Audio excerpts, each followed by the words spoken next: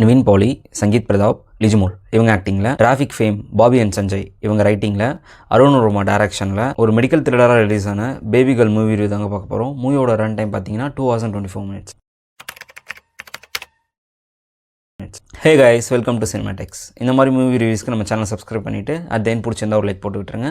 இந்த படத்தோட story synopsis என்னன்னா, கேரளாவில் திருவனந்தபுரத்தில் ஒரு ஹாஸ்பிட்டலில் நிவின் பாலி ஒரு அட்டெண்டராக ஒர்க் பண்ணுறாரு. அவரோட டியூட்டிக்கு போகும்போது ஹாஸ்பிட்டலே பரபரப்பாக இருக்குது. என்னடான்னு பார்த்தா ஒரு யங் கப்புள்ஸ்க்கு டெலிவரி ஆன குழந்தை அந்த ஹாஸ்பிட்டல்லேருந்து மிஸ் ஆகிடுது. ஜஸ்ட் 10 minutes முன்னாடி மிஸ் ஆன அந்த குழந்தைய நிவின் பாலி போலீஸ் ஹெல்ப்போட அட்லாஸ்ட் ட்ராக் பண்ணி கண்டுபிடிச்சாங்களா இல்லையா அப்படின்றது தாங்க இந்த baby girl. Bobby Sanjay duo ரைட்டிங்கில் ஒரு சுவாரஸ்யமான த்ரில்லரை கொடுக்கவே முயற்சி பண்ணியிருக்காங்க.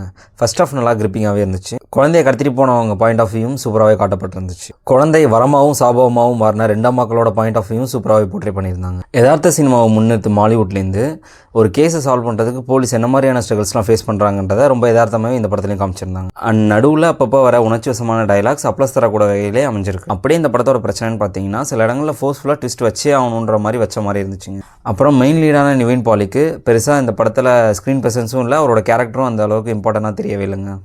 சேசிங்லாம் கண்டினியூஸாக இருக்கிறதால நமக்கே ஒரு கட்டத்தில் கடுப்பாயிடுதுங்க. ஸ்டார்டிங்கில் இருந்த அந்த ஈகர்னஸ் நடுவில் கொஞ்சம் லாஸ் ஆகிடுது.